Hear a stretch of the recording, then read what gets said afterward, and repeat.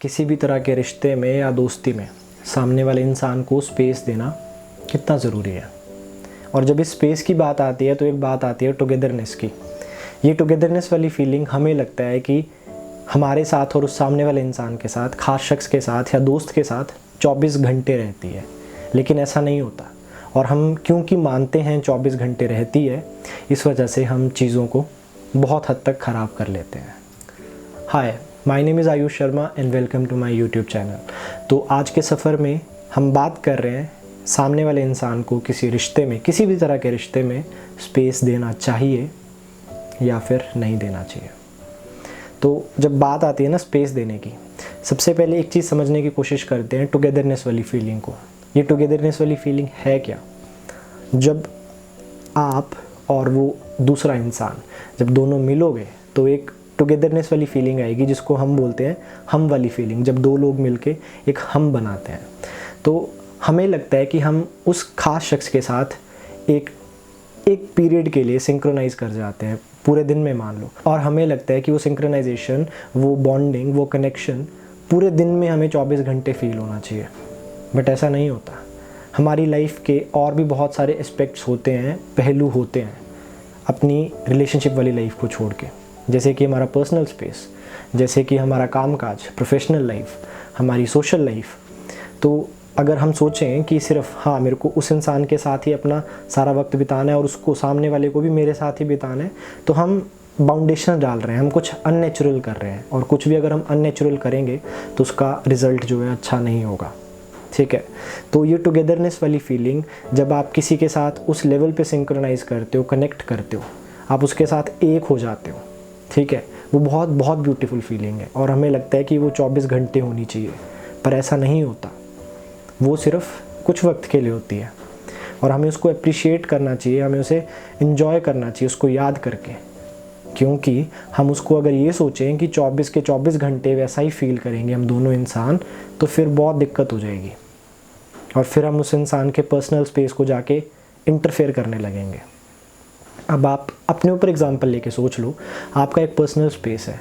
Just imagine कि आपके parents या आपका वो पार्टनर आपके उस स्पेस में आपको इंटरफेयर कर रहे हैं, तो आपको पसंद आएगा या नहीं आएगा? क्योंकि ज़िंदगी के और पहलू भी हमारे साथ चलते हैं।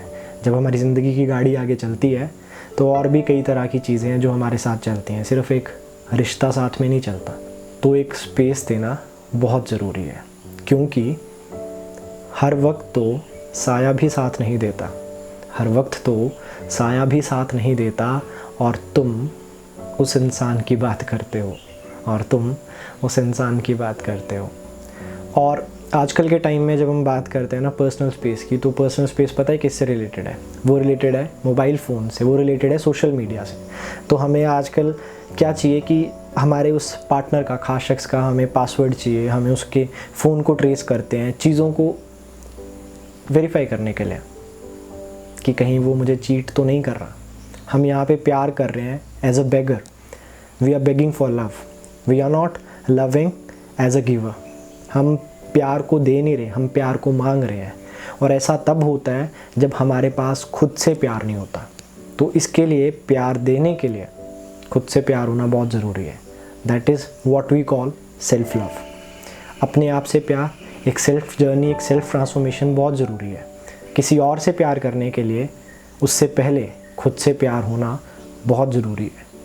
क्योंकि आप उसके स्पेस को, यानी उसके मोबाइल फ़ोन को एक्सेस करने की कोशिश करते हो, आप उसकी सोशल मीडिया अकाउंट्स को एक्सेस करने की कोशिश करते हो, जिससे चीज़ें और बिगड़ जाती हैं।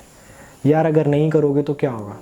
एक ही ऑप्शन है ना कि वो इंसान दूर हो जाएगा, क्योंकि वो इंसान आपके लिए गलत है और उसका दूर जाना कहीं ना कहीं शायद आपके लिए बेहतर है। इससे बेहतर क्या हो सकता है? मेरी नज़र में तो कुछ नहीं हो सकता, क्योंकि जिसने जाना है वो आज नहीं तो कल जाके ही रहेगा, उसे कोई नहीं रोक सकता।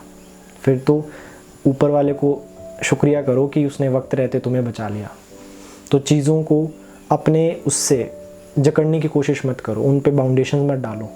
अगर कुछ चीज़ होनी होगी तो नेचुरली इतनी खूबसूरत होगी कि आप उसको लाइफ टाइम एंजॉय करोगे।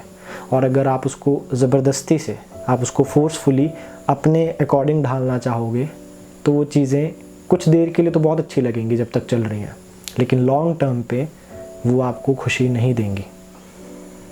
समझ रहे हो ना? अब आखिरी बात से पहले एक काम, इस चैनल पे नए हो तो चैनल को सब्सक्राइब करो, बेल आइकन को प्रेस करो फ्यूचर अपडेट्स के लिए। अब आखिरी बात आती है एक अलोननेस की, आइसोलेशनशिप की, यानी एकांतपन की। आजकल की भाग दौड़ में ना हम अपने साथ अपने लिए वक्त बिताना भूल चुके हैं। लॉकडाउन हुआ था लेकिन उसमें भी हम फ्रस्ट्रेट हो गए अपने साथ वक्त बिताने में, और सबके साथ ऐसा है बिकॉज़ हम भूल चुके हैं कि हमें अपने साथ कैसे प्यार करना है, कैसे डील करना है, हमें आता ही नहीं है। और जैसे आप उस सामने वाले इंसान को स्पेस दे रहे हो उसके अलोननेस के लिए, कि वो अपने साथ वक्त बिता के अपनी चीज़ों को एनालाइज कर सके, बिकॉज़ जब आप अकेले बैठते हो तब आप चीज़ों को अच्छे से एनालाइज कर सकते हो कि मैं क्या कर रहा हूँ, क्या कर रही हूँ, और ठीक कर रहा हूँ कि नहीं, या मुझे कैसे ठीक करना चाहिए। तो ये सेल्फ एनालिसिस बहुत ज़रूरी है। तो वही बात है, जो आप उसको स्पेस दे रहे हो वो स्पेस खुद को भी दो, अपने आप को एनालाइज करने के लिए, अपने आप को समझने के लिए, समझाने के लिए।